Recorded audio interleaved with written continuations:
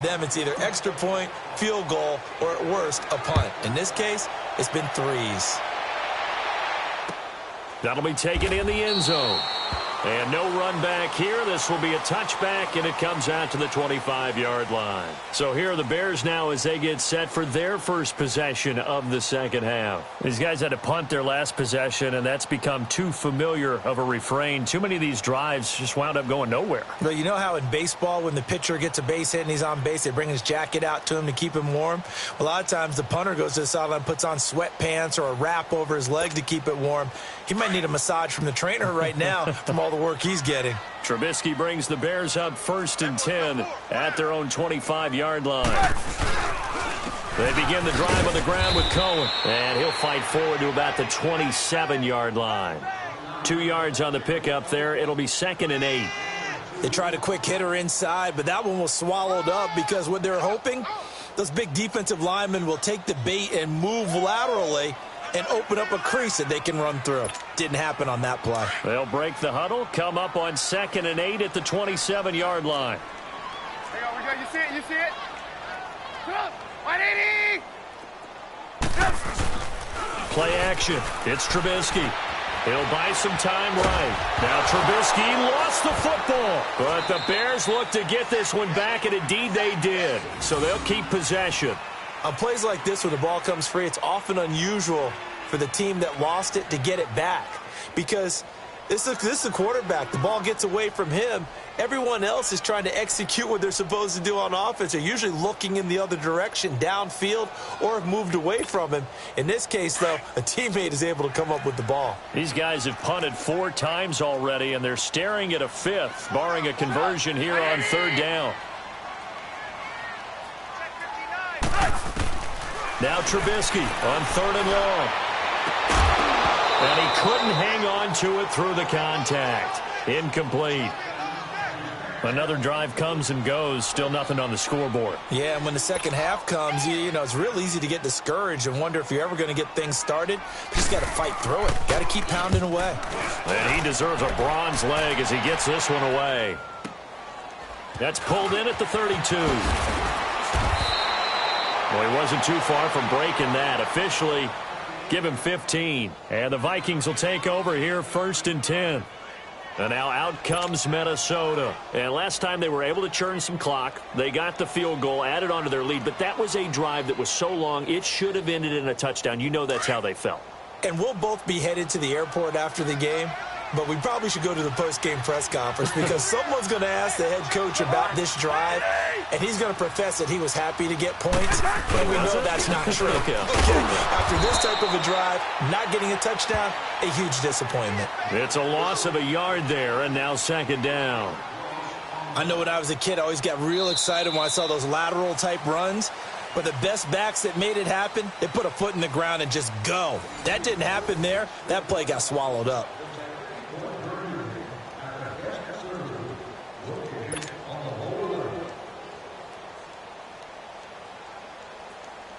A loss of a yard there to start out. That leads to a 2nd and 11.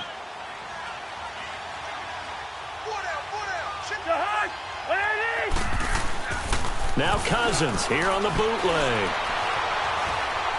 Stepping up, he's going to keep it.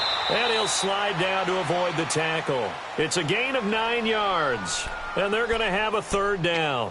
Partner, he was going through his progressions. Not there, not there. After about the 3rd one, he decided he better pull it down and run for it. And he slides down and avoids the hit for good measure.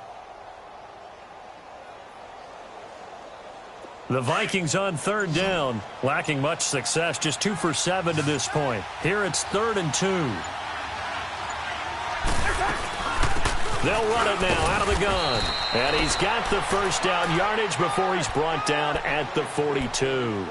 3 yards there, good enough to keep the drive moving. Well, partner, Marvin, our #1 stats guy, just handed me a little card that says he has 97 yards on the ground today. You think he's going to get the ball again? I think so. 3 away from that century mark. Got to have it. Yeah, and I think what they're going to call is one of his favorite runs, whatever he feels comfortable with, and what the offensive line has executed well today to try and get him over 100 yards. He's got it complete to Diggs, right side. It's a pickup of 16 there, and it'll lead to a new set of downs. Well, a clear running situation. Try to take time off the clock. You ran the previous play, set that play action up nicely. Boy, did they ever, because they had shown the ability to run the football. So now you lose your keys as a defense. You dive for the running play, and they hit them over the top. Cousins now a perfect 8 for 8 to start the second half. Not bad. 1st and 10. A give. This is Cook. And he's going to take this down to about the 17. 8 yards on the pickup, and now they'll have some options on 2nd and short. Oh, that's one to warm the hearts of all those old-school football players, isn't it? Tough, hard, gritty run, got behind his pads, bowled over a few people. Look at that one, right up the gut. So up through 3 quarters, no reason to lighten up now. Again, it's Cook. Cook stripped, the ball's out, but I think the Bears have recovered. They have.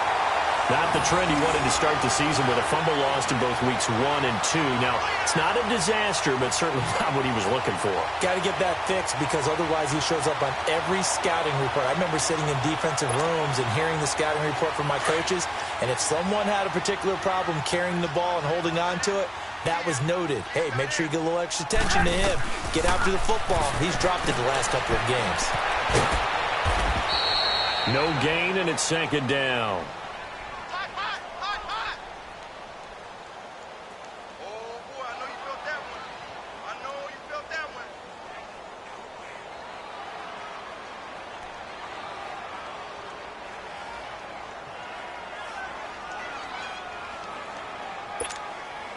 Had the completed pass, but for no gain, stopped right at the line, so it's 2nd and 10. From the gun, it's Trubisky. He's going to dump that off to his running back, Cohen. Finding room at the 30. Still staying on his feet. Are you serious? It's a big-time play there for the Bears. 41 yards. As we continue to advance in the NFL, as people continue to scout players, they really don't care as much about body types as they care about those guys who can make people miss, run through tackles, and gain all that additional run after catch. Anybody who has that ability, they want them on their team. Now it's Trubisky toward the center of the field, but it's incomplete. The intended target was Corey Coleman, and that'll bring up 2nd down. Another wayward pass. You know, things started out poorly in this game, and to be frank, they just really haven't gotten much better. And all that does is embolden a secondary. They feel good about what's going on, and they just play better and better. So 2nd down, still 10 yards to go. Ball on the 43. Now they'll run it with Cohen. And he'll be brought down at about the 42. 1 yard, the official pickup there, so it's going to set up 3rd and 9. I know the scouting report on him is that he doesn't possess the eye discipline to be an elite linebacker, and what that means is his ability to read, react, and make a play. But on that one, he looked like one of those guys. The Bears on 3rd down. Just 1 conversion in 8 tries. Not good. This is 3rd and 9. Here's Trubisky to throw. It's a short one here, complete to his tight end. And he'll be brought down, it looks like right at the 40. 2 yards is all they'll get on the completion. It's 4th down.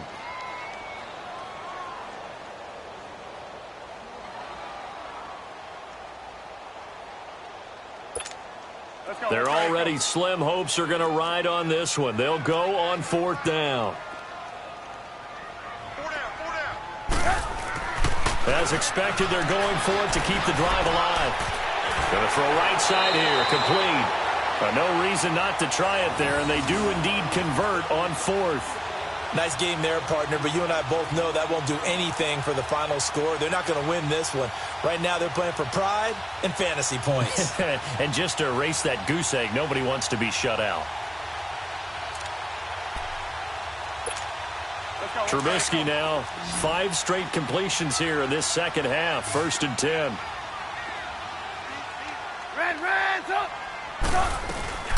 From the red zone now, they'll look to throw. That is caught inside the 5. And he takes this one in for a Bears touchdown. Trey Burton, his 5th touchdown now on the year. And the Bears cut into that lead.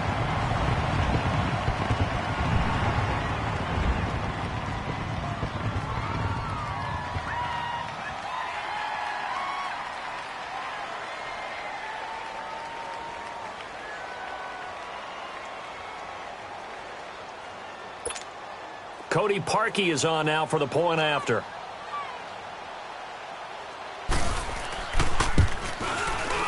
Parkey with the extra point, and the lead's down to 2 scores now at 16. Here's Parkey now, set to kick it away.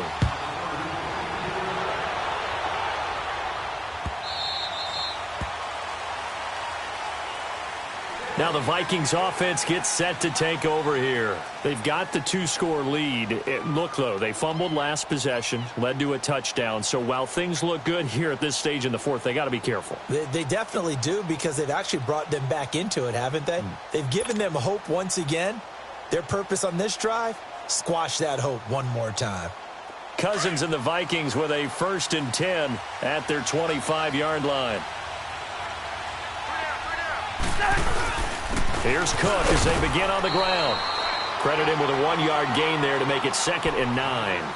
Decent start defensively to this series. They've got to stop them here and get this ball back. I like the way you phrase that, partner. Decent start, but now it's got to be more about the ball. It's all about the ball, getting it away from them, because making good tackles is one thing, but the clock will run out on you. You've got to have the football back for your offense. The last play got just a yard. Here's 2nd and 9 from the 26.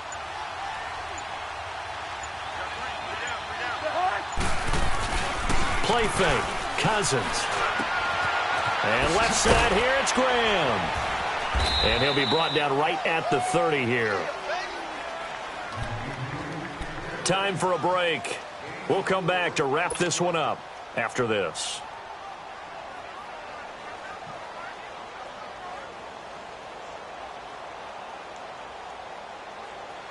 Now, this is a big 3rd down, and you'd have to think we'd see a timeout right away if they can't stop him here.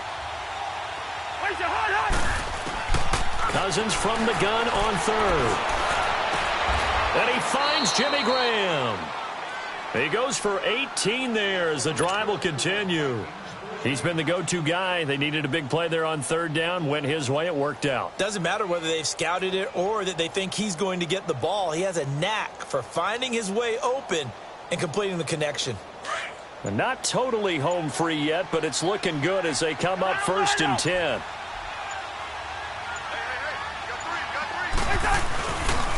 Handoff comes to Cook. And he's going to take this one down inside the 45. 9 yards is the pickup there, and they'll have a 2nd and 1. Didn't get to the sticks, but that's an ideal carry there on 1st down, isn't it? I mean, now you're 2nd and 1. Although, you know, in the NFL, even if he picked up the 1st down, I don't think it's a big difference because the clock doesn't stop. Yeah, not like college. Right. If it's college football, you want to make 2nd and 1 is probably better than picking up the 1st down, because in college football, the clock stops with every 1st down and actually aids the defense in that situation. And the stop here will come at the 38-yard line. It's a gain of 7, and that should just about do it. So here's a 1st and 10 at the 38.